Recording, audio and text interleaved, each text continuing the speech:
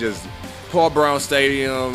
Just like you said, I'm a hard 5-1-3 Bengal fan, but you about to trample all over me, sacks and all that. Nah, sprinkle me in the ocean.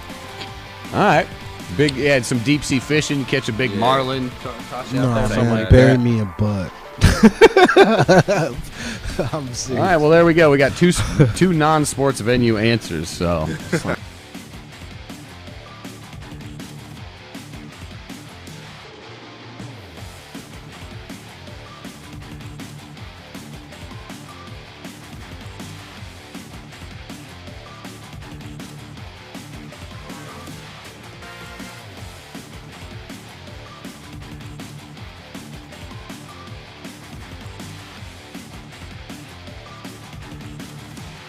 Quarterback is literally the most important position. I understand But that. he's not sold on Russ, and that. So why aren't you sold on Russ? Tell me that.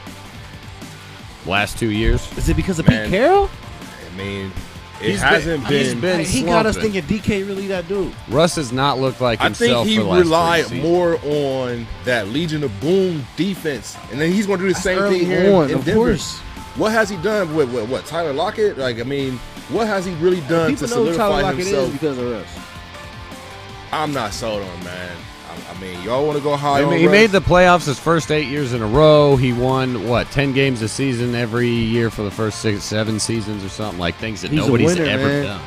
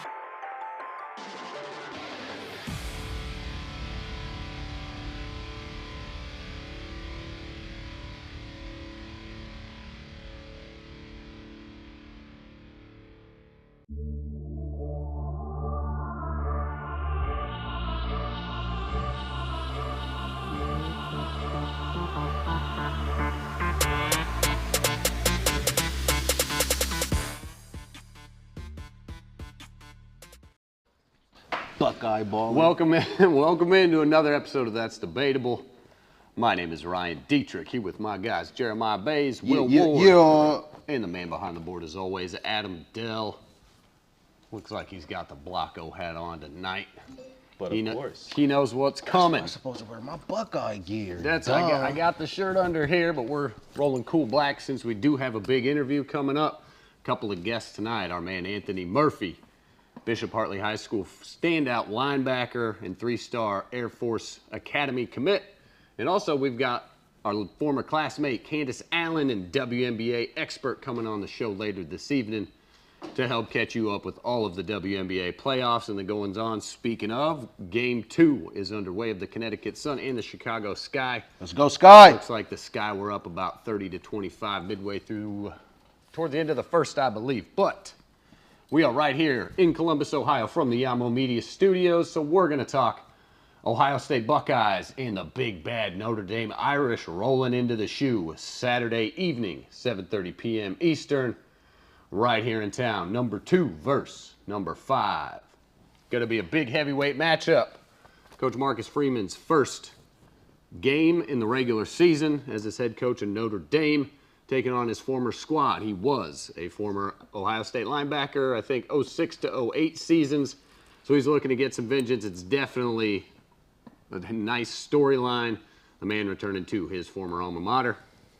But like I said, number 2 versus number 5 should be a close game. But Vegas and the sharps at the sports books have got Ohio State, last I saw, was a 17-point favorite. Yes. Beat number 5, so quite the differential. I mean, just talking point spread. I mean, Vegas always knows that's the old saying.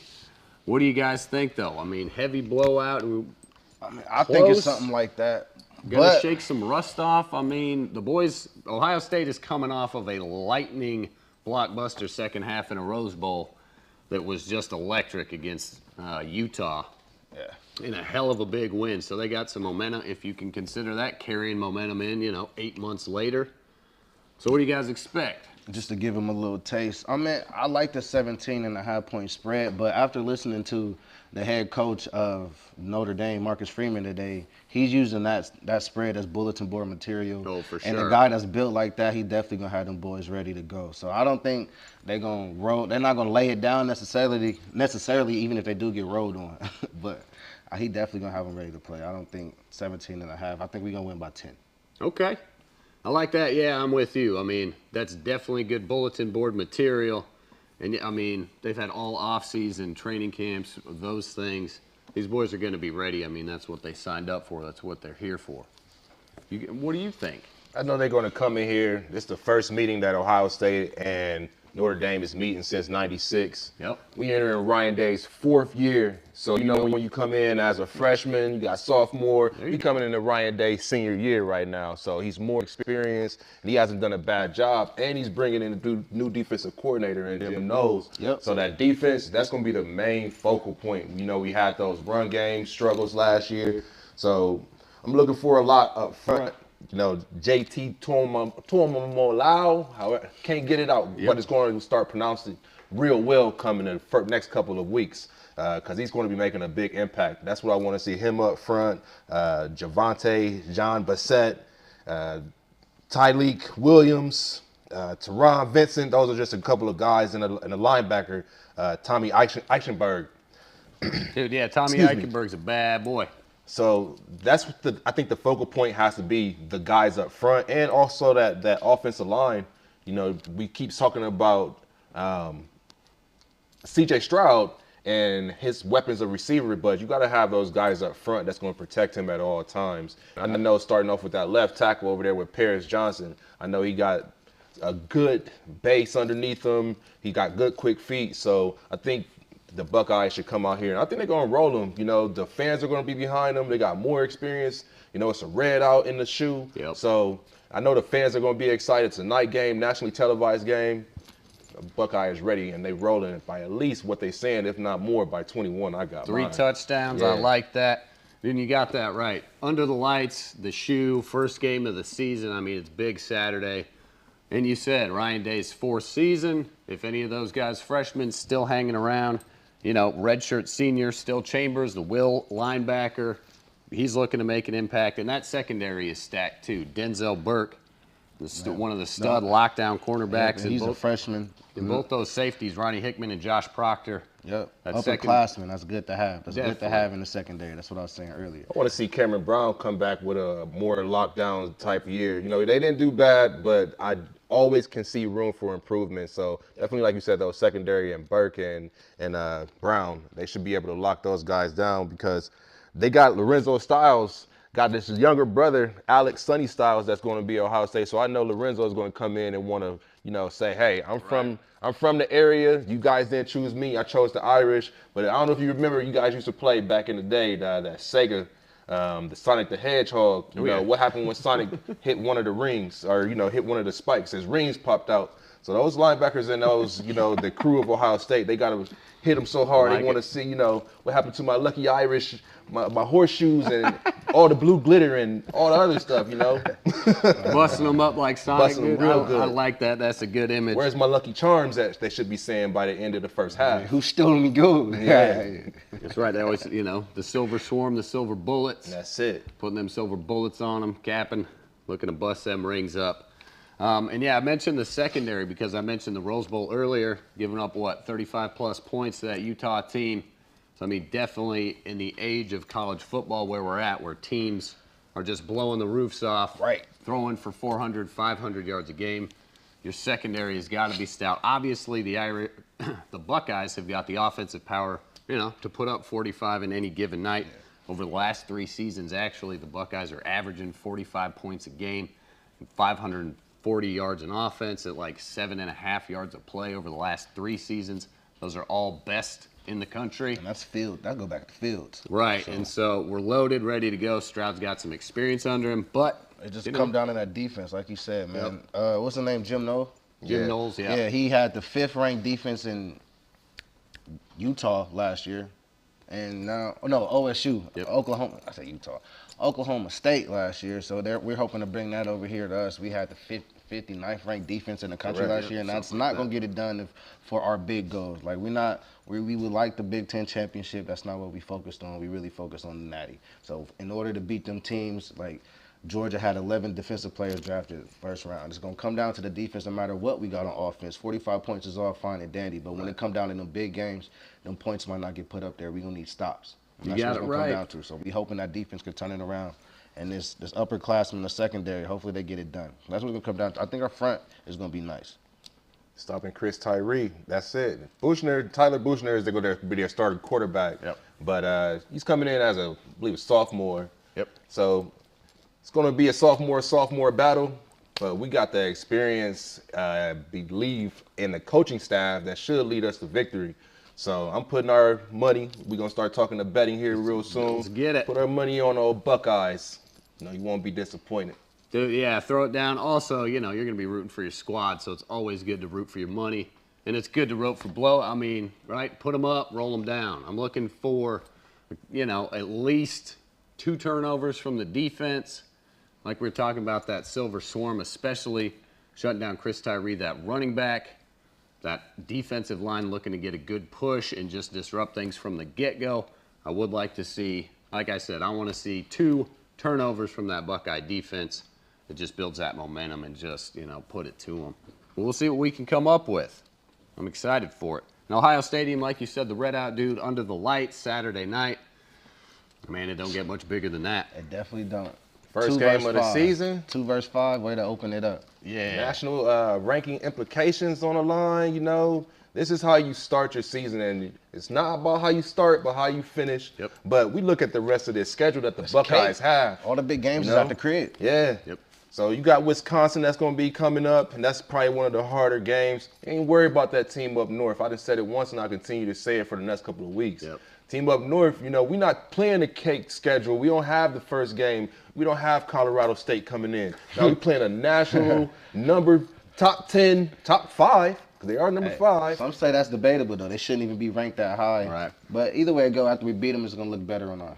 That's right. Better on us. That's exactly right.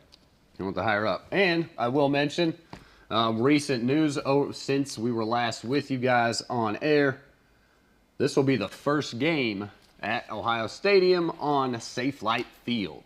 How you guys feel about our new sponsorship, the new name to the field? I know it's not, it ain't sexy, but at least it ain't Paycor Stadium or whatever they get rolling, you know what I mean? Wow. It's still the shoe, man. I almost take that out of the shot, but I'm going to let that keep rolling. We're going to keep on staying focused. We'll get to Paycor later. Yeah. It's still going to be the shoe. It's still going to be, right. It's not going to change what's it been for the longest. They'll just be it's Safe Light it's a marker. sponsor, man. Right. That's all it is. We're coming down to sponsorship. We're coming down to cash is king. Yep. So yeah, they'll just be a Safe Light logo on the field, and that'll be about it. Nothing else changing besides that. But, it's news. It's happening. And like you said, mentioned Jim Knowles. I know you've seen an interview or two, but, man, he's got some energy. He's got some fire. He's got some spit in him, some grind. That's what we need. You can see him in those practices, the films, the reports that I keep seeing on the news is he's got a lot of youthful energy. He's in there riling his dudes up. He's dogging them, getting at them. A lot of that, just that energy, that atmosphere, making practice fun. You're getting after it. You're trying to improve. I mean, this is big business here in Ohio, in Columbus, and, he's got to keep that lively energy with him. It's competitive. I mean, these are young bucks, man. It's supposed to be fun. It's supposed to be a fun game. I mean, as serious as this stuff is, these are still 20-year-old kids out there having fun, having a good time. So I like to see Jim Knowles and that youthful energy, bringing some new competition, some new liveliness to maybe what was that stagnant defense last year and a few of those issues they had throughout the season. So I think that's a big correction there. And it'll get them off on the right foot. And, yeah, you mentioned Notre Dame. We hadn't seen them since 1996. In the regular season? Yep. I'm going to say we had that A.J. Hawk. We had the bowl game. Yeah, that A.J. Hawk Brady Quinn game. Yep. I remember that. But, yeah, We've only played It's like Notre four Dame and total Ohio games. State have played 4 times since 1936. Buckeyes have won all 4 of them. But in this modern day of conference expansion, conglomeration, whatever you want to call it, it'd be nice to see some more Ohio State, Notre Dame, you know, every couple of years. This big I mean, these are 2 big, huge brand names, 2 of the biggest brand names in college football, 2 of the largest fan bases, media, television, all those big markets. So hopefully this will be game 1 of, you know, a segment of a next few over the next 5-10 seasons. So we'll look to see that. That's everything that's going on Buckeyes here in Columbus. Hey, gonna get the fans what they asked for, guarantees. 7:30 Saturday night, you tune in, you're gonna see a well-oiled machine. It may have a couple kinks in the armor a little bit at first. You may see some spots that you can definitely have correct, but it's the first game. But guaranteed, I know Ohio State gonna come out there ready to roll. I think it might not be no kinks though. I mean, I was just playing it safe, but CJ, this ain't he coming out to his first start now. Like last year when it was a rough start against Minnesota. At the end we lost to Oregon. But we struggled against Minnesota. At the end we lost to Oregon ultimately. And then it was a slow start after that. At the end, you know, we had the other guy. But anyway, CJ's coming in. He's ready. Like I said, he's at the menu. He's ordering a number 9 large, and he's about to get it. He's about to get it going. Fleming, Harrison Jr., and we already know Jax the man. So they're gonna be ready. They're gonna be ready. Yeah, that wide receiver is deep. I mean, Emeka Egbuka, 3 bandos. you know, is one, you know, secondary, and he's got some skills.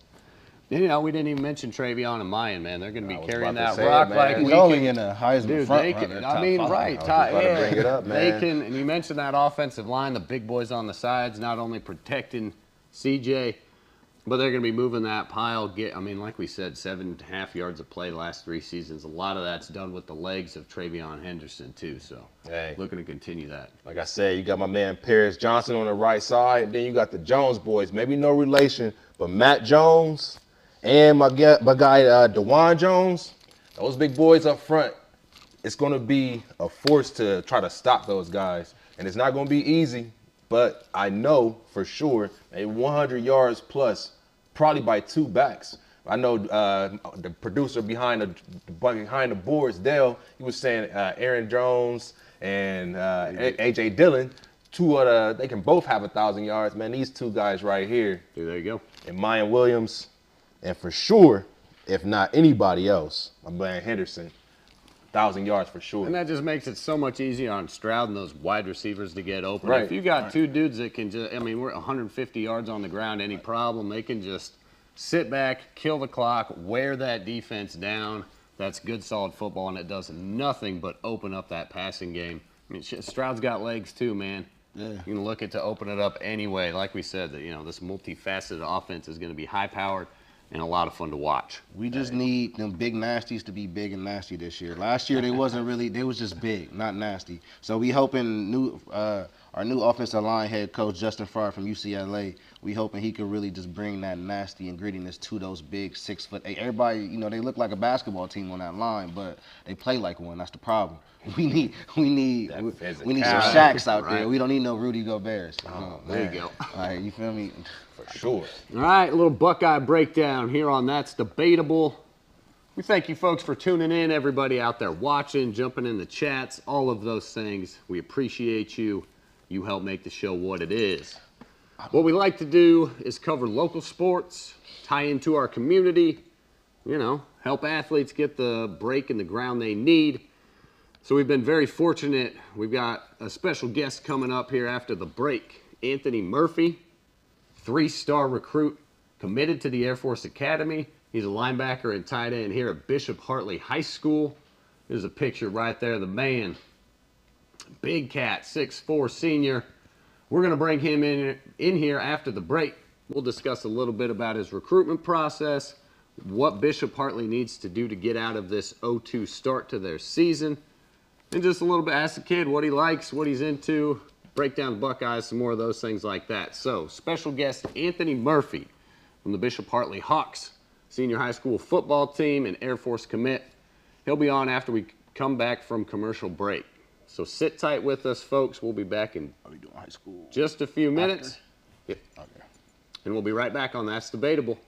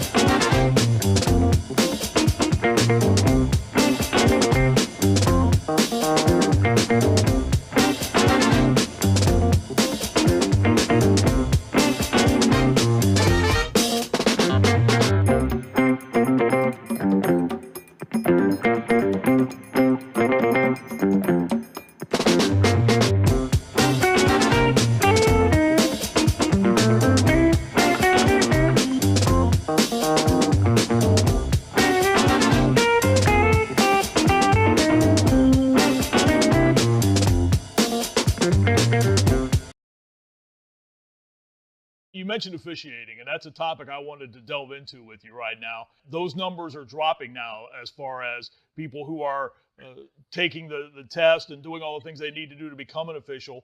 And the reasons are varied, and I don't really want to delve into a whole lot of that aspect of it. But what are you doing? How are you encouraging folks, Bo, at the OHSAA who may be thinking about getting into officiating? And we'll use football as the prime example in this right now. But what are you doing to try and encourage that? Maybe not enrollment, but folks to get involved in becoming officials?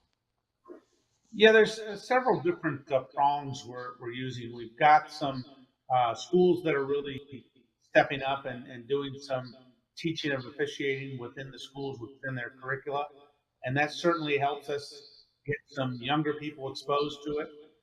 But we're really pushing very hard to get those adults, especially the adults that are finished watching their kids play, they're still vested in the sport, and try to get them involved also. But our best recruiting, bottom line, is one-on-one people recruiting. And I talk to our officials and our local associations and clinics all the time and say, you know people that are vested in the sport, get involved. That's something that I think you've seen it certainly over the last couple of seasons where the fact I think there were a number of baseball games back in the spring where umpires didn't show up and they went ahead and played the game anyway because of that. The umpires didn't show, but they still wanted to get the kids on the field and play the game. Fortunately, that hasn't happened in a football game yet. But I guess, is that a concern of yours right now, Bo, that those numbers are dwindling? They're not out of control yet, but they are dropping. Is that a concern for you?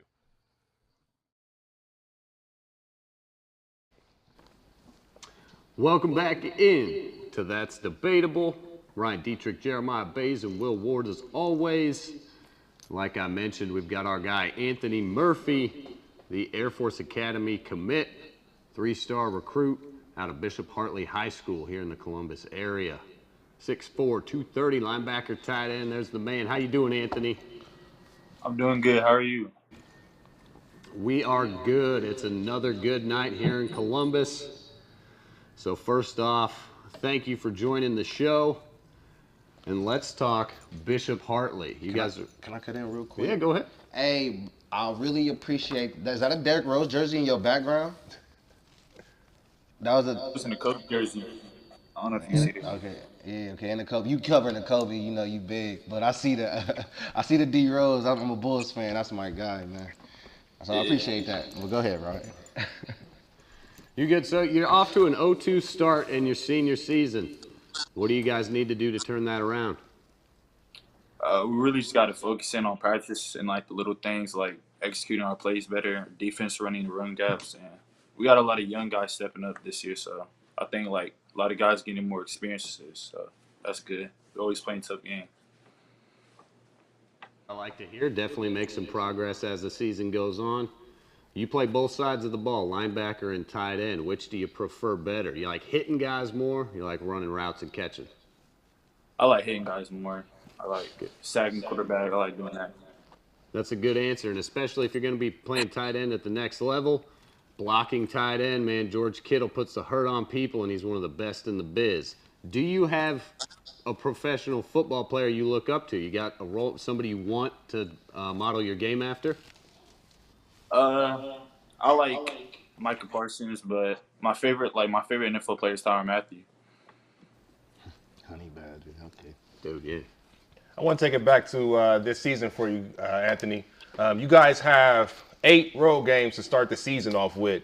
Just tell us a little bit about how tough that is about playing on the road. And this is senior year. Are you going to miss playing in front of those home fans for most of the season? For me, I don't really mind playing on the road, but I know it gives us like a playoff experience. Basically, like every game feels like a playoff game, so it's gonna help us in the postseason for sure. It's really like every game's a big game, and you can't take no team for granted, really. So this past week, you guys had a pretty tough loss at Harvest Prep, last second drive. Tell us a little bit about how that felt and what do you guys have to do moving forward against Canal Winchester. Man, it hurt because like the whole game we thought like we was winning, we was up, or like we just gotta finish the game better. Like we could have put them away. Like we came out 14-0, but we just let them come back, and we can't let that happen. And against Canal Winchester, we're just looking to bounce back, and we've been working hard in practice, and we got a good game plan. We're ready. You guys have been having some good fortune out of Deontay Hubbard, and Underwood's been slinging the ball out there. How much sooner do you think before you guys hook up for a touchdown this season? I think maybe this game actually, for sure. You're usually one of the biggest guys out there. I've been waiting to see him just throw a ball up to you. I think the first game he may have had one toss up, but definitely waiting to see you snag one over a couple of guys. Yeah, yes, sir. I got some. And you mentioned you've got a lot of underclassmen, freshmen, sophomores on the squad. What step do you play mentor? What steps do you take to show those youngsters the new ropes and offer advice? Because eventually you'll have to play that role a little bit. So, being a teammate as a senior, you got to show some leadership. What steps do you take to help those underclassmen?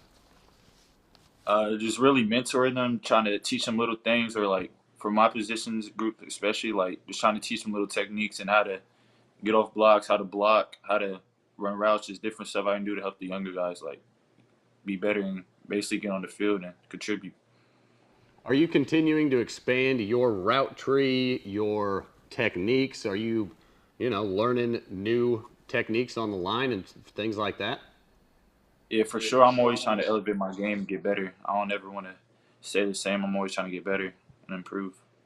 And that'll definitely help carry you into the next level at Air Force. So let's talk a little bit about the recruiting process and your next step going to Air Force. I've actually been to the Air Force Academy, man. It's a beautiful campus. You're going to have a hell of a time. I'm very excited for you out there. Tell us about that recruiting process. Did you have other schools interested outside of Air Force?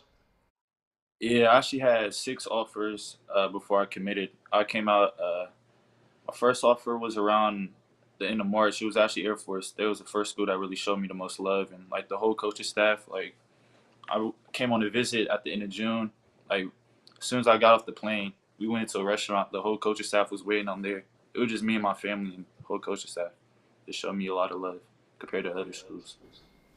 That's awesome. Do you mind mentioning a few other schools that were interested? Army, Navy, Toledo, Miami, Ohio, and OU. Awesome. Do you have family history of military or your folks in the service or anything like that? No, I'm probably gonna be the first one. Dude, that's big in itself, man. First member of a family to do that. That's awesome. I will ask you about freshmen at the Air Force Academy. So I know there's a bunch of straight lines all over campus. Do you have to walk along certain routes to get around campus? Do you know anything about that? Yeah, certain to like when we're doing like certain things, like we have to do like stricter rules, but like they were telling me like when I went there, like I talked to a lot of the players, like they're starting to cut off like on a lot of rules, like hair and like tattoos and like just different stuff like that. Like a lot of rules are cutting back, but it's still like strict and stuff. But yeah. It's going to be a big change. I know you guys put in the work and grind at Bishop Hartley, but man, D1 college football, that's the next level. What's your workout routine looking like? How you getting ready? So, do you want me to do in season or out of season? What's your in-season routine like? I'm curious about that. All right, so I'm gonna start on Sunday. So Sunday, Normally, I try to watch a lot of film going into the next week, and then I do like a light workout, and then next Monday through Thursday we got practice from 3:30 to 6:30 around, and then Tuesdays and Thursdays try to lift, and then always watching film, and then Friday got the game. But I normally try to do a stretch before the game, like try to get ready. And then Saturday we got film and stretch too. Studying. The mental part of the game is just as important, if not more, than your physical attributes. When you're headed to Air Force, you looking to play offensive side, defensive side, or are you just going to get ready and play wherever the coaches tell you? I'm playing defense there. I'm playing like outside linebacker, defense end, like an edge rusher. Okay. Big position, man. Exciting. Like you said, get after the quarterback. Yes, sir.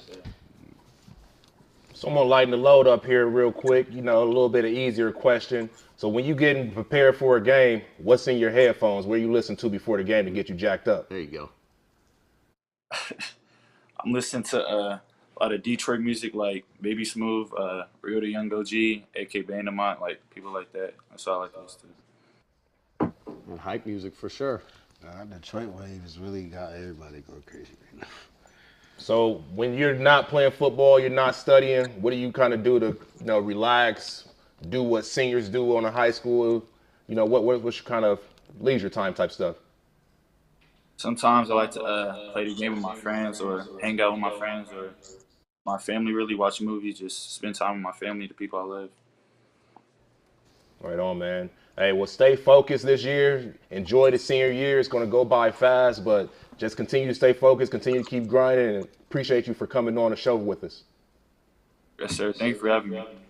Yeah, thanks, Anthony. Best of luck to you. And we'll keep an eye on you. As you know, we'll be calling some of your Hartley games. You're easy to see out there on the field at 6'4", big man. Best of luck to you and stay after it, all right? All right, for sure.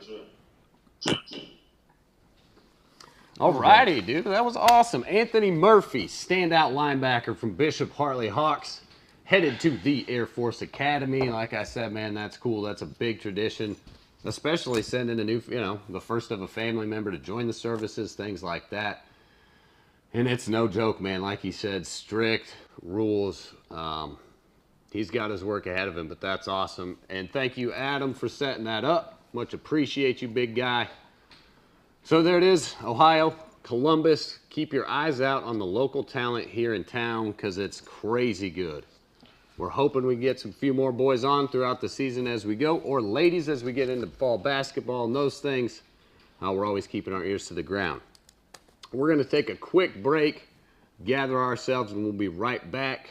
We're going to hit it with some AFC North preview right here on That's Debatable. Sit tight, folks.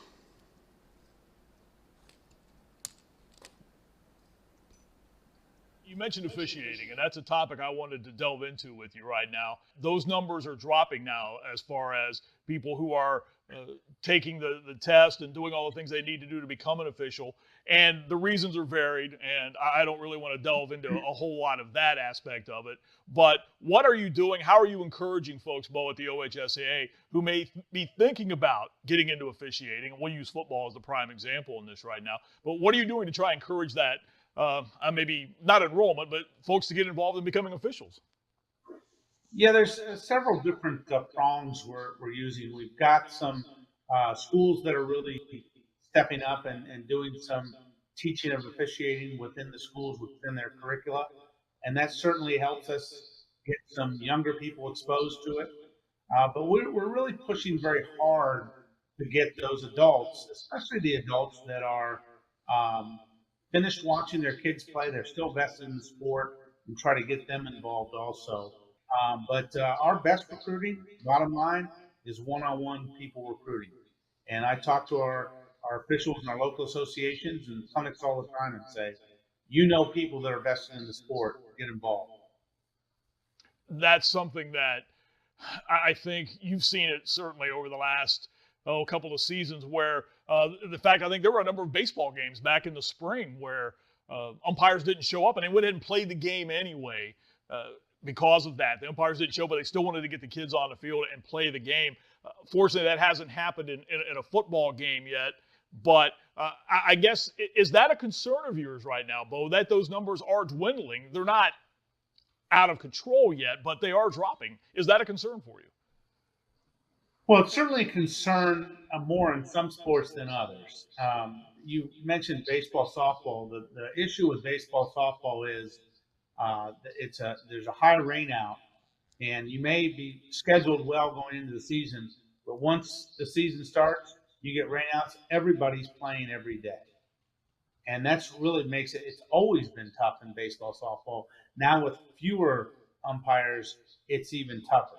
Football's better because of the length of time between games, and you know who you have scheduled, and you know if you're looking like you may need a replacement, you have time to look and you have time to do it. In other sports that play every 2 days, that's where it's really difficult if you have someone that may not be there that night. But like I said, some sports are in a lot better shape than others. Basketball, football is certainly in better shape than baseball, softball, and soccer. Welcome back to That's Debatable. Thank you for sitting tight real quick with us, folks. It's good to have Anthony Murphy on. And to continue up, I jumped the gun a little bit.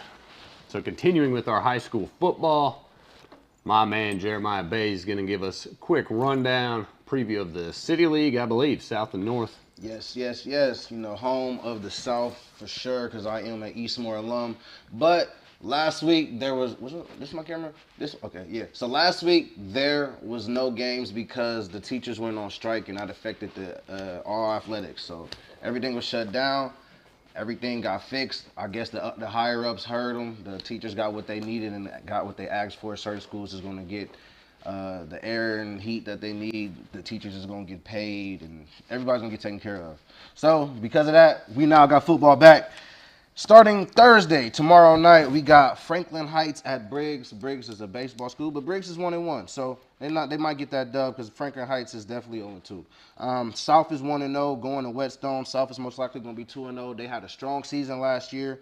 Afrocentric, I don't know what's going on this year. Maybe everybody graduated. I don't know. They're waiting for their middle school kids to get older. Maybe. I don't know. But they're 0-1, going to Mifflin. Both teams are 0-1, so somebody's looking for a victory unless they tie. But I doubt it. And then we got Western Centennial. Also, both teams are 0-1 trying to get a dub. Is that at Centennial? At Centennial, yes, it is, my brother. And that is Thursday of the South. Thursday of the North, of course, South at Whetstone. Already mentioned that. Millersport 0-2 at Linden McKinley, who's 1-0. Linden McKinley. I was just at the We Are Linden community over the weekend. There, it was lit over there. They really gave back to the community. I like what they did over there. So, and they're 1-0, and it looks like it's feeding off to their kids. They might be 2-0 this week. West at Centennial, like I said, both teams are 0-1, looking to get that dub. And I already mentioned Afrocentric is going to Mifflin. Both teams are 0-1, looking to get a dub. Friday night in the South, New Albany travels to Small Nut Ridge. Walnut Ridge. I mean, these are kids now. I gotta start putting respect. Yeah, there you go. Yeah. I respect the kids, don't respect the school. I don't care. Anyway, New Albany's 2-0. Ridge is 0-1. Ridge is probably going to be 0-2. Sorry, young men. Harvest Prep 2-0. Harvest Prep had a big. We just talked to the young man. You know, it was a heartbreaker last week at Bishop Hartley. Harvest Prep is 2-0 now. And he said that they gave that game up. So I'm pretty sure Coach Miranda is going to have that thing wrapped up tight because they travel to the Eastmore Academy, and Eastmore's 1-0. Going to be 2-0, and we're going to give Harvest Prep that first preparatory ass whooping, and they're going to be 2-1. Marion Franklin, I don't know. Like I said, I don't know what's going on over there. A lot of the guys must have graduated. Everybody's old with kids now, I guess. They're 0-1. Travel to London. They're 0-2. Somebody's looking to get a dub. Maybe Marion Franklin could finally get that dub. I didn't even mention them last week because they played on Saturday, or the other week, because they played on Saturday, and I totally forgot about I-High, but they won their game. They're 1-0, and they traveled to St. Clairsville, who's 1-1. Maybe I-High get that dub. I'm always rooting for the city. And in the North on Friday night, we got Urbana at Northland. Urbana's 1-1. Northland's 0-1. And Beechcroft travels to Big Walnut, who's 2-0. And they met them Hartley boys week 1 and handled that. Beechcroft. That's one thing I wanted to ask Anthony Murphy was, we saw Nate Sievers running all over Bishop Hartley, and that's we're talking about going to that next level. Nate Sievers is definitely a candidate to be at the next level. That's the man you compared to AP, right? Right, he looked good. So that's one thing that missed my mind, but I was curious, what's it like trying to bring down Sievers of Big Walnut that's 2-0, and Big Walnut's rolling. They look good. Beechcroft is 0-1 right now, so they had a strong basketball season, I think, but football, not so much. And Saturday, the Scott Bulldogs, they're from Toledo, Ohio. They're traveling to the East Tigers home field on Saturday. That game is at 1 p.m. And East, I didn't even get their records, but they play Saturday. East got a nice new stadium. So it is what it is.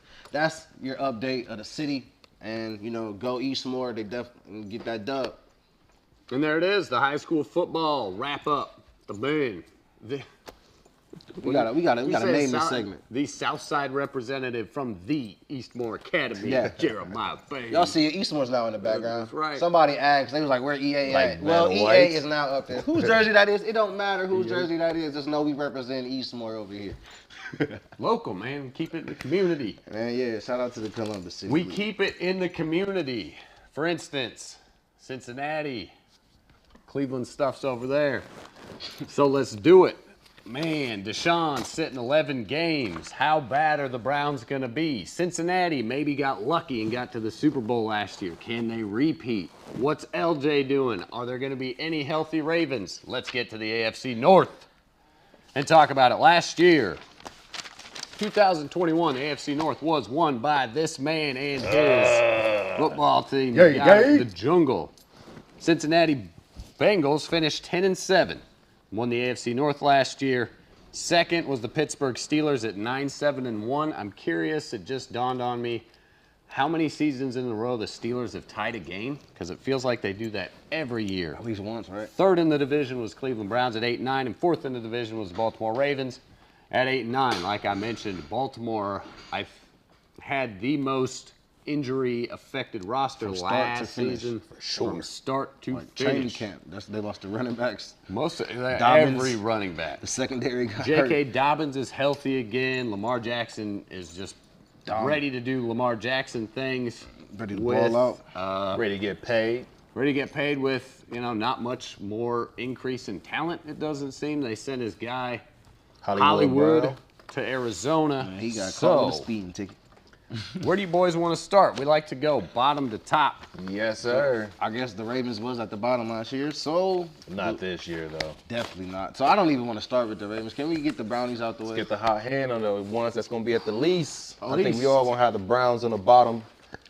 But that's why that's debatable. But for sure, Browns will be there. Browns will be at the bottom. I'm with you there, buddy. Facts, facts, facts. Where you want to start? Here, look at this. Maybe you can't see it. There it is. No, you're good. Pull back up that schedule. I'll talk about how I got the Browns. I got 8 straight L's for the Browns to open up the season.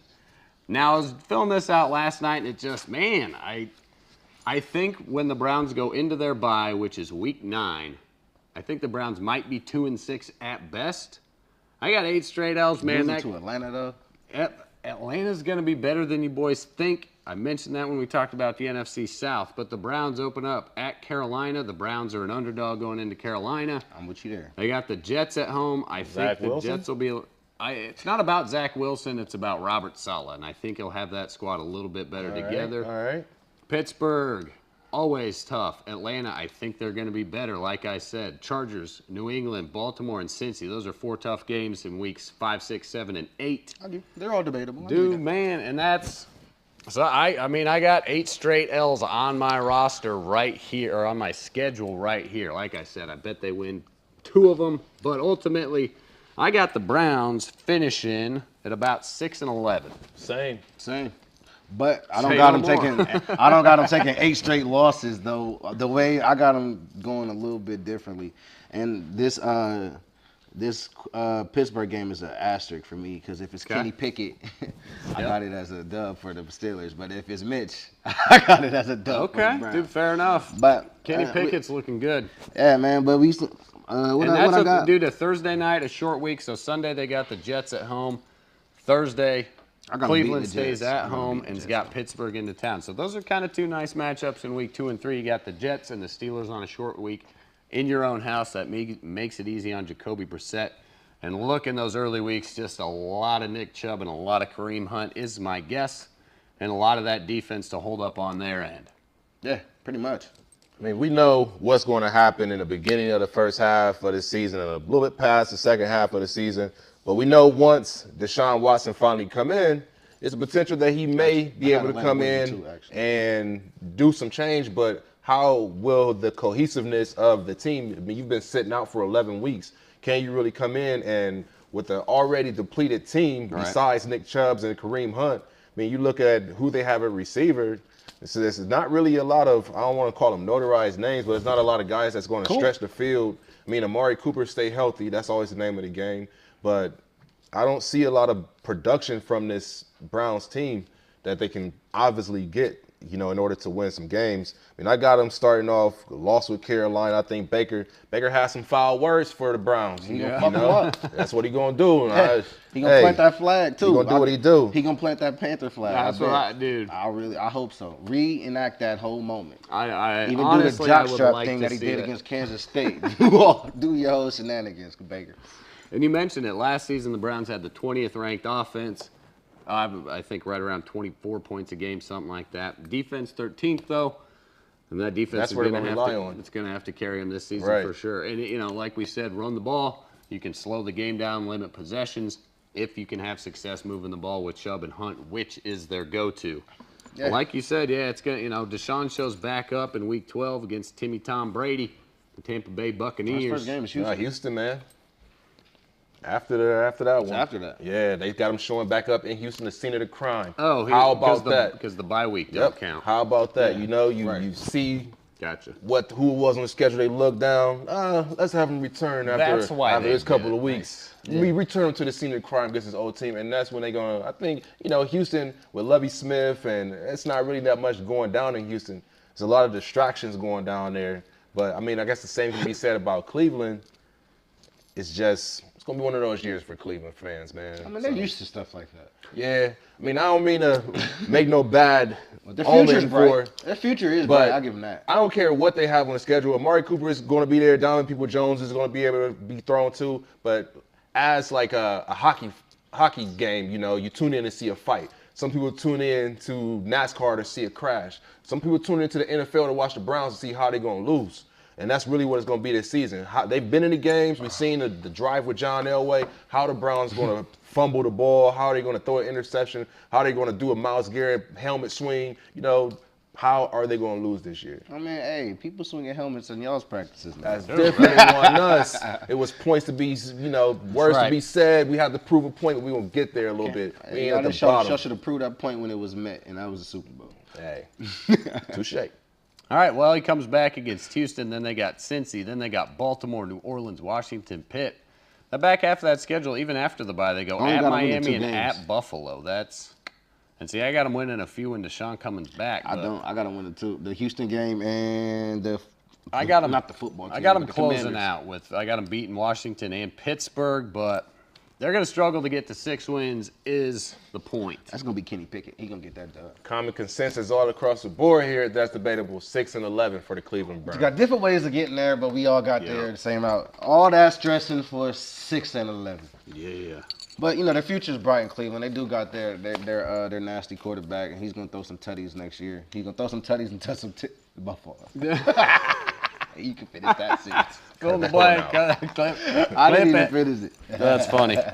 Wordplay. Oh, this guy, man. All right. Who's up next from the bottom to the Whalers? Yep. The Steelers. All right, across the board. So just to let you guys know, I got two schedules for the Steelers. I got one with Mitch and one with Kenny Pickett. We see how this worked last year with Aaron Rodgers. Right. Did the same thing with Aaron Rodgers last year. We don't know how Aaron Rodgers, if he was going to play. We don't know if it's going to be Jordan Love. I knew he was going to play last year. Oh, okay. All right. I had them going 11-6 last year. So it's like losing the North last year type shit, but that didn't work. All right. Well, give us a record with Mitch. What do you got? All right. So with Mitch, I got him at 6-11. With Kenny? With Kenny, 9-8. The difference of 3 games. So you got to combine that game because Mitch is going to start, what, 4 weeks?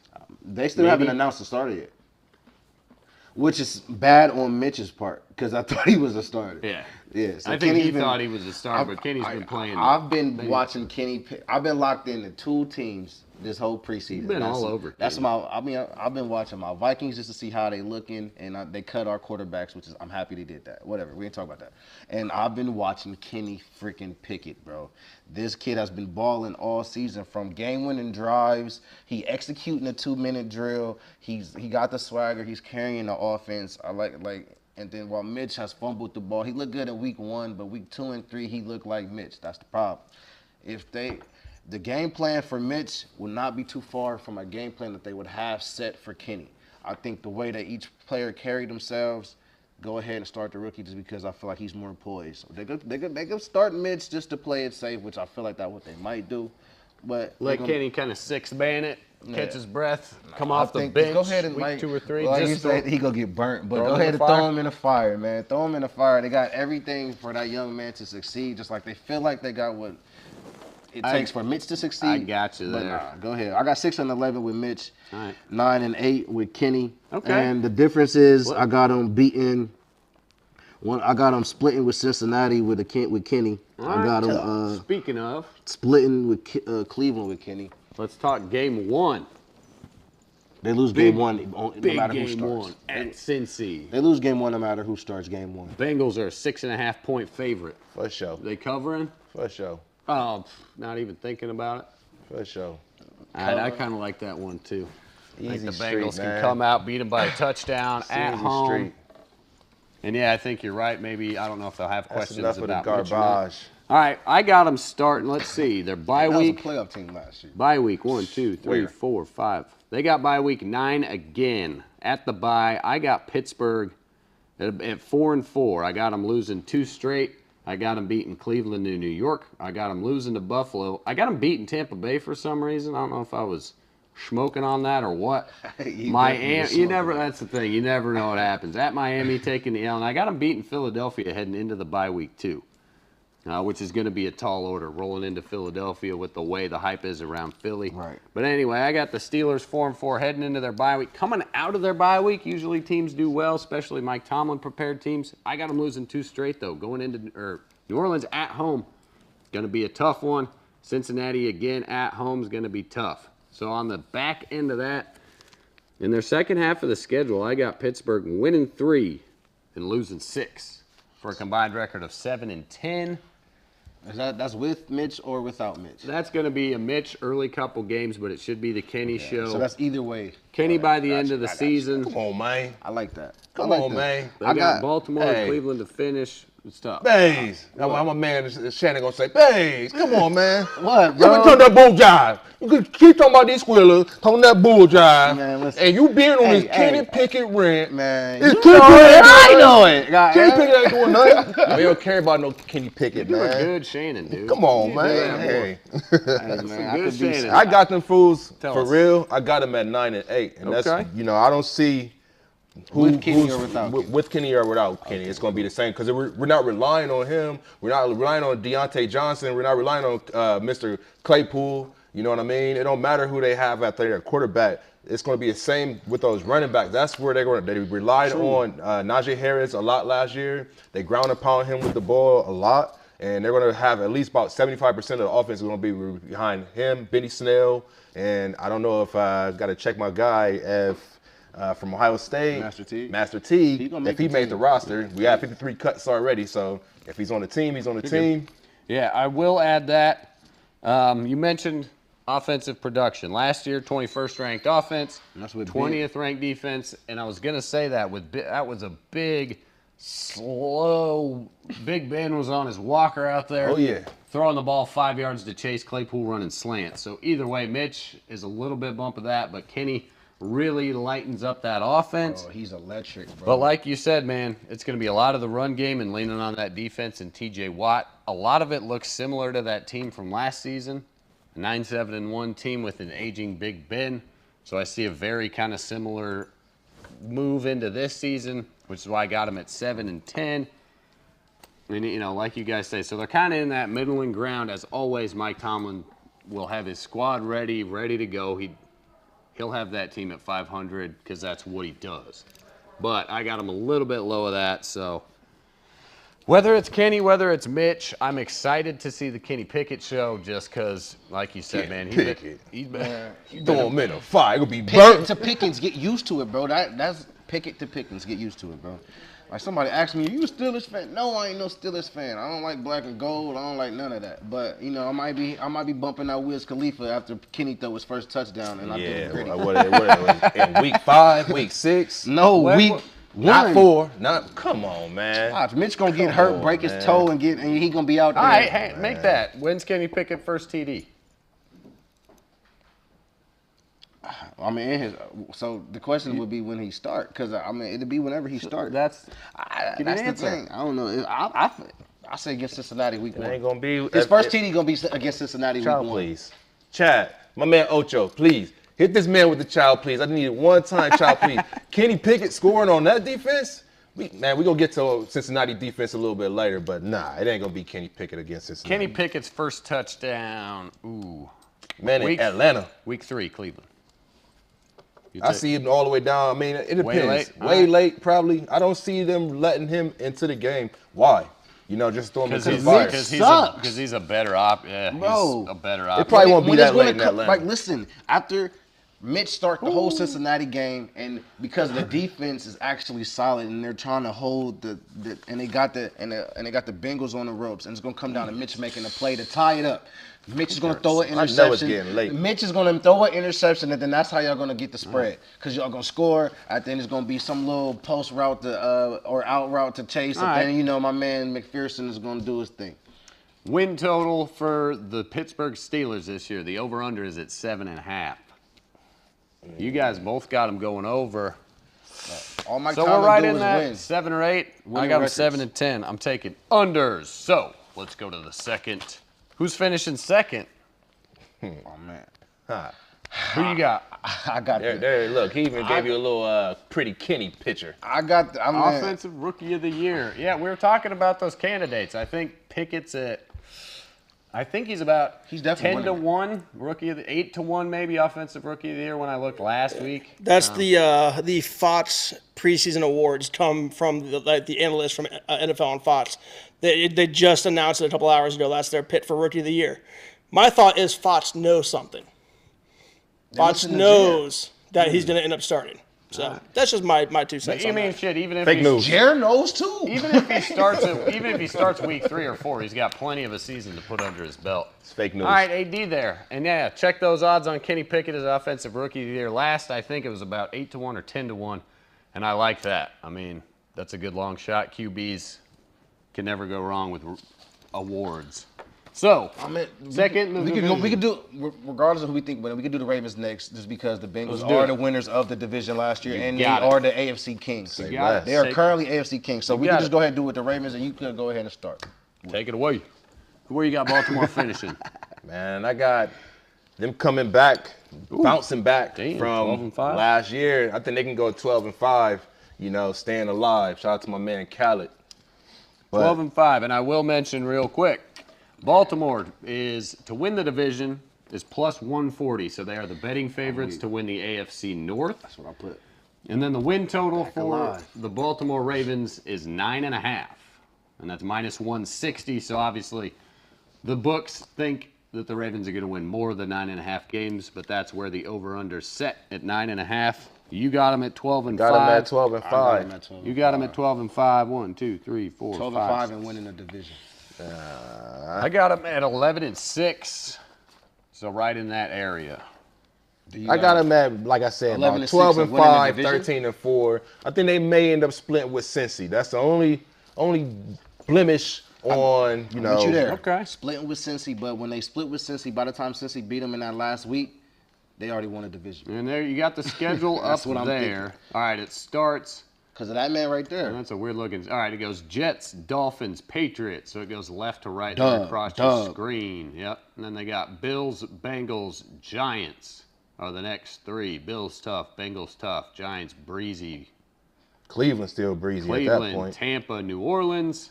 So let's talk those first three. When do the Ravens get their first loss? Buffalo. At Buffalo. I mean, your home versus Buffalo. I got their first loss at New England. At New England? Man, you never know. I mean, they what the could beat heavens know. Buffalo too, though. I mean, on the field, but nah, at New England, nah, they're gonna roll over New England. It's gonna be long. mac and cheese? They still got Matt Patricia calling Yeah, it's plays. confusing They don't- over there in New They don't know England. what they're doing. Postmark that, dude. We'll put some money on that one. about money. Not that I want them. I mean, I think No, you got them both. I got them beating the Bills, actually. You got them both losing. I got them losing to Cincy, and I got them losing to Tampa, and I got them losing to New Orleans. So I got Baltimore going 5 and 4 into bye week. 1, 2, 3, 4, 5, 6. They'll probably be 6 and 3. I got them 6 and 3 at the bye week. Yeah. And honestly, I almost made them 13 and 4. Say no more, but because of that New Orleans game, I don't know what that was like the toss up for me because I don't I'm just to pencil in as a loss just to play the record safe. I think I put them as a loss, but they could be definitely beat New Orleans. I don't believe in New Orleans at all. See, and I think that's a tough trip. Thursday at Tampa, believe in New Orleans. the week off at New Orleans, Not even going close. into the bye week. Those will be coming out of the bye, dude. They couldn't ask for it better. Panthers, Jags. Yeah. Then they got the Broncos. Will be a tough one. That's a toss-up. Then they got at Steelers, at Cleveland, Falcons, Steelers, Cincy. So a lot of divisional opponents to end the regular season. And we're looking at that January 7th or 8th game, week 18. Ravens, Bengals. It's at the bottom of the schedule. Last game of the season. That will probably be for the division. I don't think or so. have some playoff implications like that. That's a good one to mark on your calendar. Depends on how Cincinnati rolls. So let's get to it. The Bengals, how does this tie in? Finally. You got them winning the division. Man, but of course. And But what? Of course. So you got the Ravens at 12 and 5, and the Ravens at 12 and 5 getting second in the division. Hot dang, dude. But of course. So I'm going to just take it back to last year real quick. First You know, 17 and 0 team ever. Nah. We ain't popping no champagne. Miami 72 Dolphins, don't get scared yet. We ain't coming for that belt. We coming for something else. So Jer, he's kind of pretty much echo what was the mantra for last year? 13 and 4. 13 and 4, say no more. You know what I mean? We rode that all the way to the Super Bowl. They weren't 13 Dare I and say it. 4. With the playoff They wins. definitely went 10 and 7. They won 13 games, got 13 games, getting to where the Super Bowl. That's where we want to be. You know what I mean? You're rhyming with 4 though. But Yeah, that's I know. fine. I know. got It's you. still I got you. 13 wins. You didn't believe in us though. I Will told you to did. go to the Super Bowl. Yeah, Once the playoffs happen. All right. Hey, we got to the Super Bowl no matter who I believed just in know the Justin boys. Jefferson better than your This receiver. year, like I said, it may not believe in us again. You can see what happened on the field last year. They improved a lot of places, and the main place where they improved was that offensive line. They brought in Lael Collins, Alex Kappa, my man Ted Karras. So they filled those holes where they needed to. That offensive line got real strong. You still got your three-headed monster out there with the receivers. So I'm going to go ahead and give you what you're looking for in the record, because I know that I see the grin on your face. I see the smile. He's waiting for to see what they're going to do to get back. Use that. You can't. I already It ain't pointed this 13 year. and 4. I don't already need pointed it. this What do year. you I don't need it. Because, I mean, it is. You said technically- you ain't got them losing until when? Dang, you know it's crazy. I don't got them losing after the bye. I ain't going to I ain't gonna hold I got you. them with one loss at the bye, but I got Exactly. them. I got them, but after the bye week is when it's slow. You got them 8-1 going into the bye week. I do. You got But them what? I got them undefeated, 9 straight wins. I Yeah, got them 10 10 and 7. straight I got them 10 wins. and 7 overall.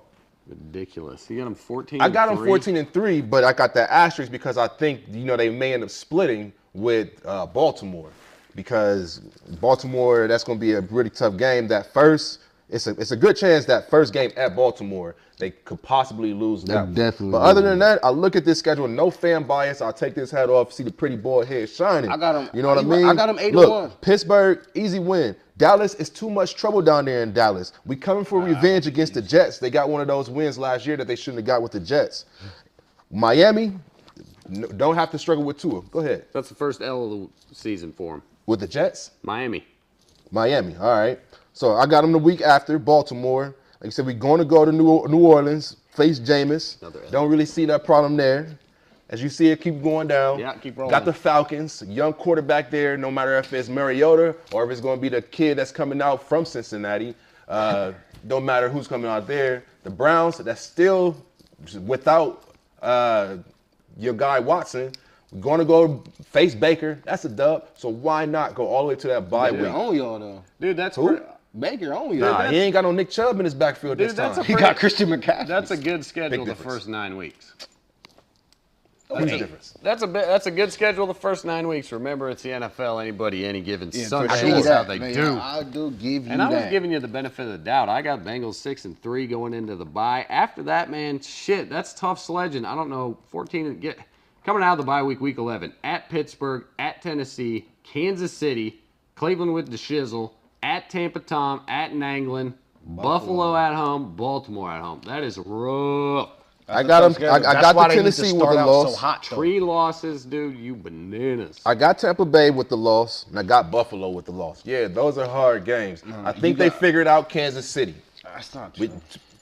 Two times last year, that ain't enough, huh? I did. Brand new season. I don't count last year that much. But, like I said, the holes they field, the weapons that they have, Joe Mixon is still there, Samaje Perine, they didn't lose a lot in Cincinnati. They gained a lot more. You're right. And the holes that they field, you're going to This see year, this dynamic duo for a long They time got between something that Jason they and Joe. didn't have. They got something this year that they didn't have last year, and that's expectations. Can they? But they don't really. Like, there's not a lot of people talking. The Cincinnati Bengals are not the AFC favorites. They're not the AFC still the North Bengals. favorites. We They're was not still talking trying about to the prove Browns. A ourselves. lot of people Talking do about not the- talk they're rather about talking the about Bengals. Nobody believed in the Bengals. Will did. That's all I'm saying. Like my man Khaled. Will did. But you're right, though. They don't have a lot of expectations, and that's a good thing for the Bengals again because they went to the Super Bowl last year, and they're still bucking this trend of people not believing in them. For sure. So we're going to see if the Bengals bangle or I if the don't believe. Bengals got it together and Joe in the backfield can put it together. So, all right, that was quick. Quick AFC North burner. We got our guest in the house. Do you guys got any final comments on the AFC North? Kenny Pickett is the ticket. What? Bengals please. might tie the Ravens for the AFC North, but I think the AFC North is going to be won by Baltimore, and I don't think the Bengals are going to make the playoffs. That's my belief. I'm sticking to it. Hey.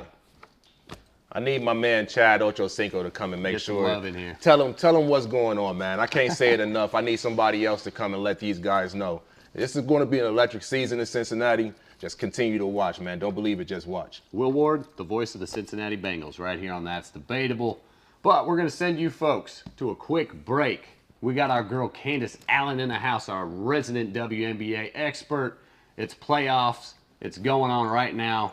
Connecticut Sun and Chicago Sky are underway. So we're going to take a quick break. We're going to come back and hit you with the latest in WNBA updates. So sit tight right here on That's Debatable. We'll be right back. For the Detroit Lions, when you're at the bottom, you're going to get a lot of nice draft picks. And we can see what Aiden Hutchinson's coming in. We see Jameis Williams coming in. We see they got Okuda a couple years ago. Megatron, Barry Sanders, Matthew Stafford. I mean, Now, they we talking had about the players. old ones, but we talking about now. We talking about a new regime. And I just think in the next couple of years, Always got a new regime. that backfield that they got with DeAndre Smith, but the leader of that team in motivation besides the coach, the leader of that team got to be Jamal Williams. The height that he brings to the team, the energy that he brings to that team. Nice. I think they're going to continue to run behind him. Literally, he's going to run that team into a stronger mental type of team. I don't know how much longer Jared Goff's going to be there, but I know in the next couple of years, I'll say about 3 to 4 years, you're going to see Detroit Lions be a force to be reckoned You with. said 304 years? Because that's what I heard. 3 to 4 years, man. You're going to see a different team in Detroit. So And you might- they're a joke of the NFC East right now, or NFC NFC North right now, that's how but they're going funny to it come is. up. Dude, you are kind of right about that. I mean, definitely the That's wrong laughing with you, though. stock, but some attitude adjustments. You never know what can shake down, and that DeAndre Swift is no joke, man. The dude is a stud. Amon-Ra St. Brown really stepped up last year. He's Caught the made some game-winning touchdown progress. against my Vikings. Jameis I still get Williams, trolled we'll see about what that he can game. bring. As long as Goff just kind of keeps it under control and those We things. gonna, I'm we with gonna you. see, man. We gonna Much see. improved. We already know what they're gonna do. When they get down, they're gonna get back up and start biting again. That's It's right. literally a direct quote from their coach. So, hey, man, Coach Niebuyer, he's one of the best motivators out there. So. He's just the best clips. He's the best post-game clips, sound bites, all those things. Because he's Love it. he's Keep it hilarious. coming. He cried at the booth. Excuse me, I called him Matt Campbell. It's Dan Campbell. Dan Campbell. Dan's the man. He cried on the booth.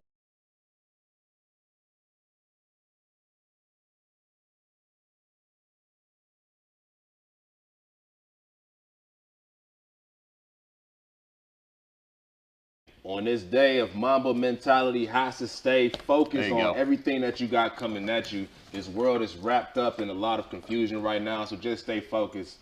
Mamba mentality means when things get hard, you got to persevere and kind of overcome any adversity. So keep it locked in and keep it focused, and you can overachieve anything that you really put your mind to. Welcome back into That's Debatable. My name is Ryan Dietrich, Jeremiah Bays, Will Ward, and special guest Candace Allen. Nice to be here, fellas. Yeah, we're glad you came on tonight. Oh, thank you. And she's tuned into everything. What you got going on the phone? Well, right now on the phone, Serena just won her second round match against the number 2 ranked player in the world. As most people know, this is her final tournament, her final go round. They've made a big hubbub. So this opponent was ranked number 2. So her getting through this, I think she has a shot to make a run, which is saying something for a 41-year-old who has a 5-year-old who's been in the game since, I think she won her first Grand Slam title in 1999. It's 2022. And I think the odds are in her favor if she can go on a run here. She plays doubles with Venus tomorrow, but getting through this, Tiger Woods is there, her sister's there. She pulled this off. That's awesome. Legend. Yeah, I mean, legend, you said it right there. I mean, one of the The GOAT. most, the GOAT, yeah, one of the most influential athletes in general over especially the last 20-some years. So it's good to see Serena winning. So, let's hit it off. You got a score right now? Like I said, sun and sky going hot right now. Sun won't get another dub, I guarantee it. But Sky are up 20. pretty much, yeah. They about to go ahead and untie their shoestrings, go ahead and hit the showers, wash up. My GOAT, Candace is here. But Candace Parker, I love me some. She had a big game in that loss the other night. She had some LeBron S-type numbers. But tonight she got 22, 4 and 4, and just in 12 minutes. So she ain't even playing that much and just torching them girls out there. So that's my girl. Yeah, Candace Parker, I don't know what to say. She's 34, 35 years old. This is like year 15, 16, and she's playing like this. If people don't remember. After what she did last year. Yeah. Yeah. In 2019, people don't remember. Derek Fisher benched her in the playoffs. So for her, nearly 5 years later, to get to this point, like you said, the last game, she had like 15 points, 18 boards, 5 assists, 6 steals. She just ran the table on the girl. So she had a big game today. Hardly missed a shot. Chicago is my pick to get to the finals. That's my like pick you, too. I don't That's think. I don't. Not to sound like I'm a hater, but I don't think too high of this, the Connecticut Sun. They had that core together. They remind me a lot of the Sacramento Kings. Bad comparison, but they have that core. Yeah, they have that core that's been together for like 5-6 years, but just can never get over the hump. They got to the finals in 2019, 2018, and weren't able to pull it off. But for some reason, they just can't get it together, and they were able to pull one game. The next 2 were at home in Connecticut, so we'll see what happens, but the Chicago Sky should run the table. But the Sun able to get to the playoffs every year, just can't They get over that hump. It's just that they got the Lakers. Candace Parker is her, Shaq and Kobe. Okay. They just can't get over that hump for whatever reason. They do have a former MVP on their team, Jonquel Jones. She had a big game today, which is admirable, but unfortunately her teammates did. Yep. And what needs to happen for the Sun to win? Jonquel has to play well. Her teammates have to play well. Then they're probably one of the best and should be a championship team, but unfortunately, they just can't piece it all together. And I was going to say, the first 2 games on Sunday, both won by road teams, both upsets. Connecticut Sun, you mentioned it. Jonquel Jones played well, but it was that lockdown defense that really slowed the pace of the Chicago Sky. That first game was 68-63. Which is definitely low scoring. I know the over-unders was somewhere in the 65, 170. So we're looking at expecting a 75-70 game. Right. And you get 68-63. So it was all about that Sun defense. Oh, absolutely. But Vandersloot only had 2 assists. Allie Quigley at that game, she's the best 3-point shooter probably in the history of the WNBA. She didn't make a shot. She didn't make a 3, I'm sorry. So that told the story right there. If Quiggs is dishing it and Candace Parker is playing well, it should be just run and go. But if they're playing bad, especially Vandersloot, they're not going to have a shot. But they got it all together today. I think they're going to pull off these next 2 pretty easy. Okay. It looks like they just need to get slapped in the face a little bit. The Yeah. first game, thank God for what I was telling them last week that they make this rule change because they would have lost in the first round, which would have been unfortunate. Yep. But because of this rule change, it was the best of 3, and they went ahead, got smacked in the face, got dusted up, smoked their boots last series. Absolutely. So I think that's the same thing. They lost, dust their shoes off, dust their clothes off, come back strong, and they go ahead meet. I think they're meeting a storm, but these guys are favoring the Aces, respectfully so. But I like the Storm as well. Well, that's the matchup everybody wanted to see. They probably have the best 2 basketball players in the W right now, in Stewie and Asia Wilson. Yeah. And it's a toss-up between what they do. Stewie's probably the better overall basketball player. But when Is that debatable? It's debatable. Give me Brio. Let's go. Let's hear it. gets buckets. Give me that. I'm taking. Stewie gets buckets. And She's she's a probably the walking bucket. best winner outside of Maya Moore that women's basketball has seen. She's I love run off Maya Moore, course. too. Oh God, that's a player. Now that's another debatable. You gotta have me come back for that Maya Moore story. But Stewie, she can make any shot. She's gotten way better defensively. And she's become a more physical player, and that's coming off an Achilles injury. So, no knock on Stewie. Like I say, she's probably, for me, the better overall player. But there's probably no player in the league that has more responsibility than Asia Wilson. She has to guard the other team's best player. She has to put up 20 points. She has to rebound. She has to facilitate the offense. She has to keep everybody's spirits up. And even though I hear a couple of you favor the Aces, that Aces team, in my opinion, doesn't work unless she plays like an MVP. And that was the story of Game 1. Right. She did it. Yeah, only 8 points. Only 8 points. And that's, I don't want to start categorizing players, but I was trying to think of a counterpart for Asia Wilson. And for me, it's kind of like, I don't know if you guys remember Tamika Catchings, who played for the Indiana Fever, Giannis, and LeBron, because there was a point. They can do everything on the court. They have all the skill in the world, but then there was just that thing. We call it that killer instinct that at a certain point you have to start demanding the basketball and taking over in the fourth quarter. She had 1 shot in the fourth quarter in Game 1. They lost by 3. That can't happen in the playoffs. So that's the next step for her. It took Tamika and LeBron and Giannis a couple of years to kind of get it together, but as great as Asia Wilson is, she's going to have to take that next step very soon. Because, listen, they can't go down 0-2 going into Seattle and try to win there and win 2 more. That's just not going to happen. So she's my key tonight. They play at 10 o'clock. If she has a big game, or I should say if she plays like an MVP and one of the best players on the floor, the Aces should win. But I'm not knocking Seattle at all. They start 4 Olympians. Probably all 4 are going to be in the Hall of Fame one day. Right. Sue Bird had 12 assists that first game, no turnovers. Tina Charles had 18 boards. She's a former MVP. Sue Bird, I think, has 1 turnover this postseason. Did I see that? It's ridiculous. That's Like, just if you It's her don't- last go round too. Yeah. She want to make it to the big one. Yeah, if you don't get any pressure on her and be physical with her and make her play defense, then that's just a recipe for disaster. Not to knock her age either. You got to rough up Sue Bird. Right. You got to put some muscle on her. And then Jewel Lloyd, they just give her the ball in the fourth quarter and let her work. So she's got some. Oh man, she gets it done. That's a hooper right there. She's found her form. And absolutely. you mentioned Stewie. I saw her turnaround from the corner. I don't know, second, third quarter, something like that was just nasty. Yeah, Stewie's a monster. And unfortunately for the Aces, That's a big squad. only player that can guard her is Asia Wilson. She just won the Defensive Player of the Year this year. Stewie only shot 17% while on her, but you're asking one player to guard arguably the best player in the league and then be the best offensive player on her team. Yep. So that's a lot. I think she can do it. Well, tonight she has to do it, but fine. that's a big task. All right, talk about. So yeah, the Aces obviously, highest scoring team in the league. Average about 90 points a game. Does that come back to bite them? Because necessarily you want to play your game, but against Seattle, Right. Seattle can put up 90 on any given night, Right. and they definitely have the defensive edge from what it sounds like to you. What are we looking at? Coach of the Year, Becky Hammond. What are we looking at her? That's the thing. Make some adjustments, or There's not. she's got to find something. She's got to find something. Dearica Hamby, who unfortunately has been out the last 2 out of 3 playoffs, who's made the All-Star teams 2 years in a row. She's been out with a knee injury. She's questionable tonight, so they could obviously use her. But Becky Hammond has one goal. They have to get Asia Wilson to basketball. And that's not a knock on Chelsea Gray, who's playing out of her mind. It's not a knock on Kelsey Plum. who can score the ball at will. It's not a knock on Jackie Young, who just won Most Improved Player this year as well. Those guards can get going, but they have a habit of having the ball stick. And that's what happens when you're a guard-heavy team. They can go one-on-one. They feel confident in that.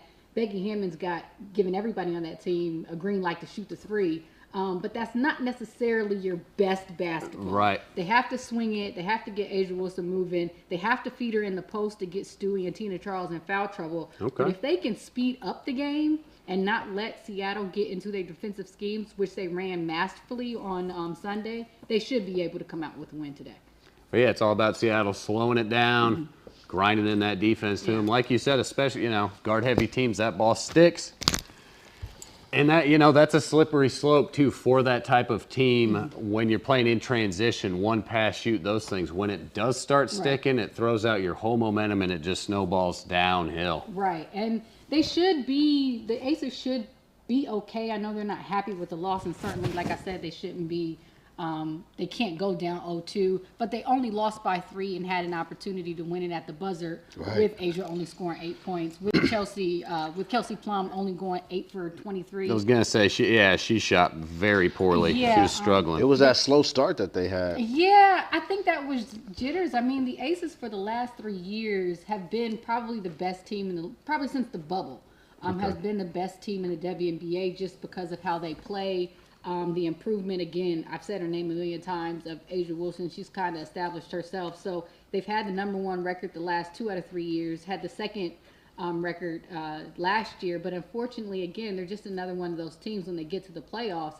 You got to take that next step and be assertive and intentional. And for some reason, they just go back to their worst habits when it gets to the playoffs.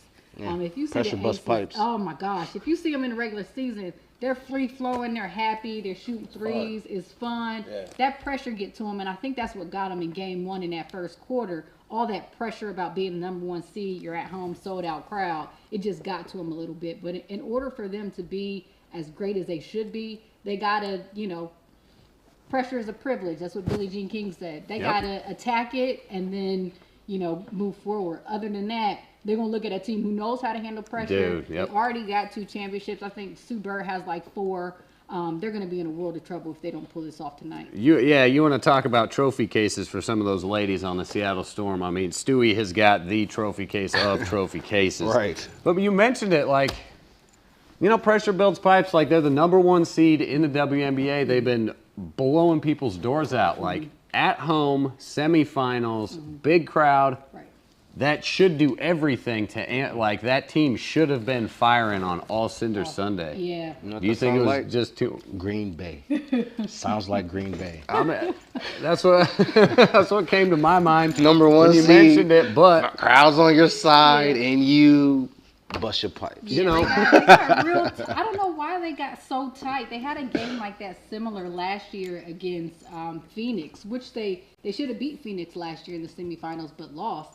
But they had a game like that last year where Diana Taurasi, who again was 39 years old, gave them 37 at home. You can't let somebody come in your house and do that. And the Aces, for whatever reason, have that kind of mentality of not pressing their foot on the gas in the playoffs and meeting the pressure as it comes. They kind of fold a little bit. So hopefully Becky Hammond can get them steady.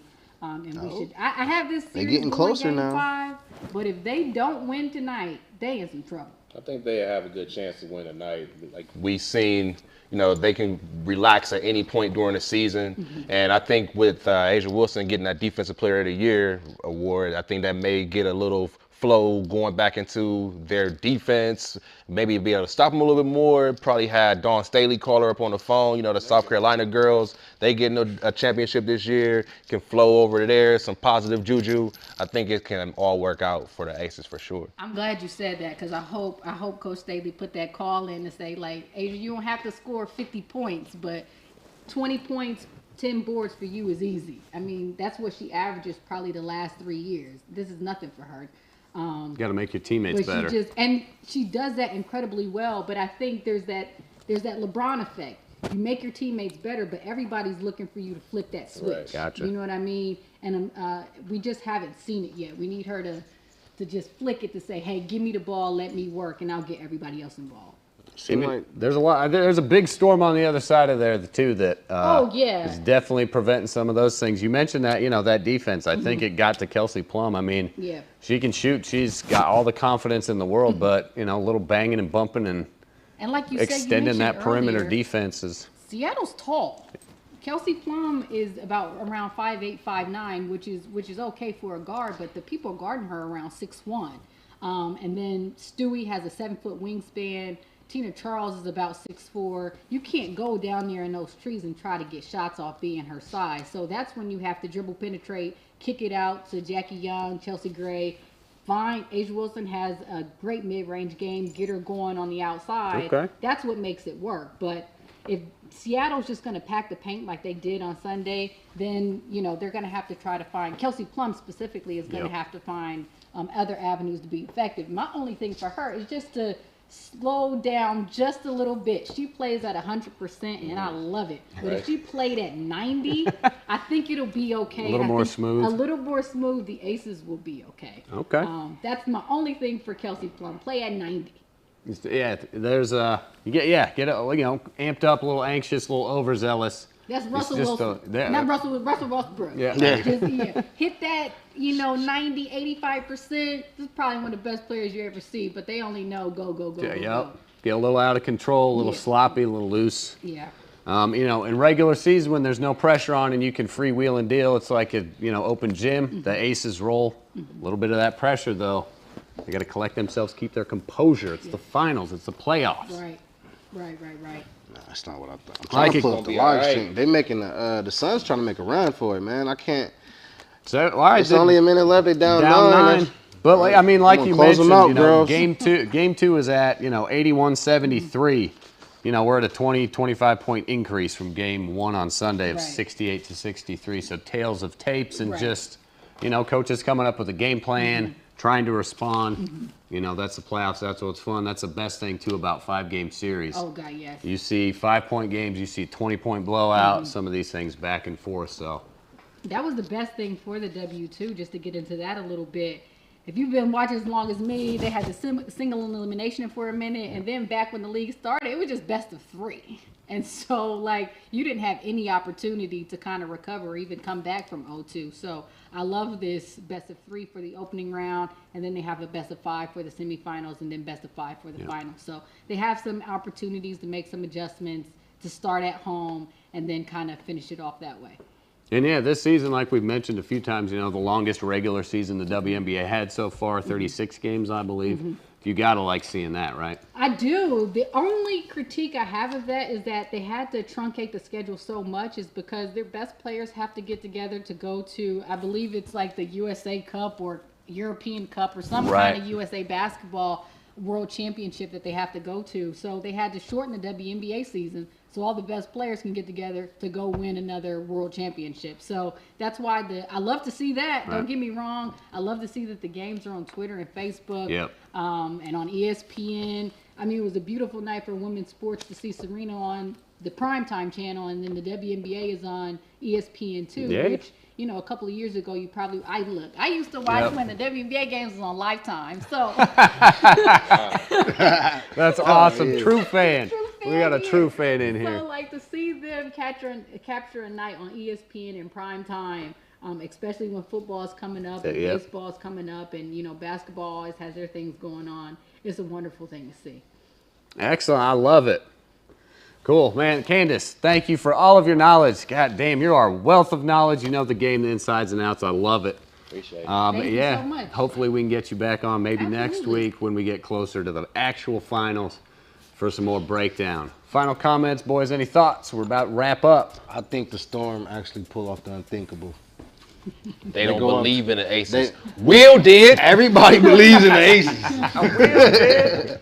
Everybody believes in the Aces. They sold the Storm short this year, just because they lost a couple of games. Yep. With Stewie, Jewel Lloyd, Tina Charles, and Sue Bird, that is a loaded team. A loaded number 4 seed. That's like the 70 Celtics right there, man. Yeah, all right. 4 Hall of Famers on that one roster. Or you could go with the Warriors of today. Whatever you want to call it, man. Bree is like Steph, man. She's not missing a beat. When you say, speaking of moving the ball, Golden State, moving the ball, it's that you got to keep it going. So, all right, if you're out there tuning in still, thank you very much. This This is That's Debatable.